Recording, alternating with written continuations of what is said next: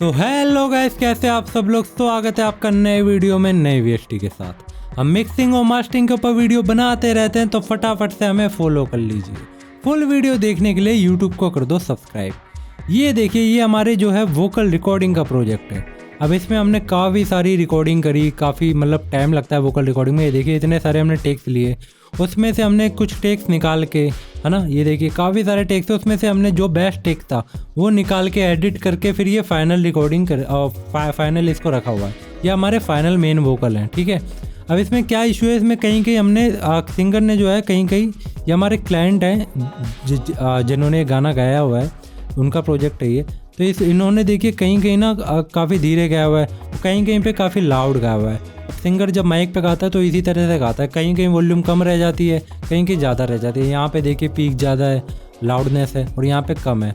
तो इसको आज हम सॉल्व करने वाले हैं। इस इशू को सॉल्व करने के लिए हम यूज़ करेंगे कंप्रेसर। ये देखिए यहाँ पे हमने ऑटोमेटिकली क्या ऑटो ट्यून लगा रखा है और EQ वगैरह काफ़ी कुछ लगा रखा है। तो ये हमारा वोकल का कंप्रेसर है जिसका नाम है ट्यूबटेक CL1B MK2।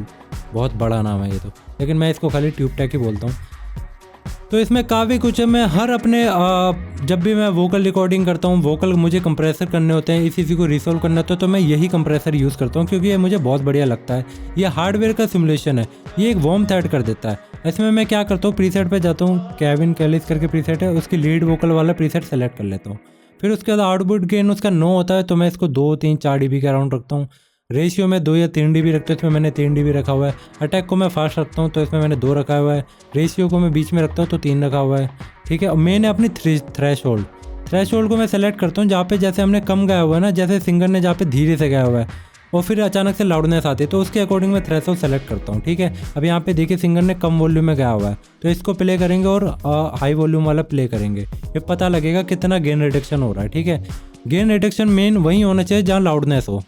अल्फाज जैसे जादू कर से गए, ये देखिए अभी आप अल्फाज जैसे जादू कर से गए, किससे जो परियों के। ये देखिए, जब वो धीरे गा रहे हैं तो गेन रिडक्शन 1 dB अराउंड हो रहा है, जब वो लाउडनेस गा रहे हैं तो 2-3 dB के ऊपर गेन रिडक्शन जा रहा है। अल्फाज जैसे जादू कर से गए, किससे जो परियों के हमने सुने थे। तो यही एक परफेक्ट टेक्निक होती है कंप्रेसर को यूज़ करने की, क्योंकि जहाँ पे हाई वॉल्यूम में गाया हुआ है वही खाली रिड्यूस होना चाहिए ना, लो वॉल्यूम वाला तो हमें रिड्यूस करना नहीं।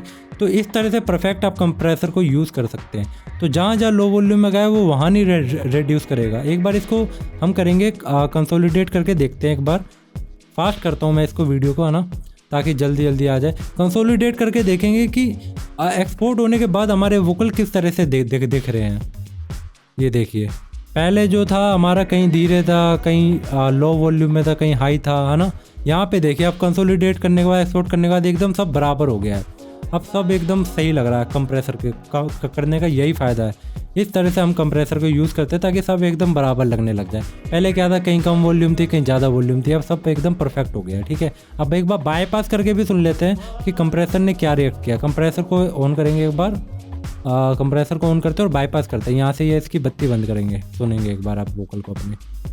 खोए हम तेरे ही ख्वाबों ख्यालों में रह जाए, खोए दिन बीते ना तुझ बिन और रातों को जागे ना सोए।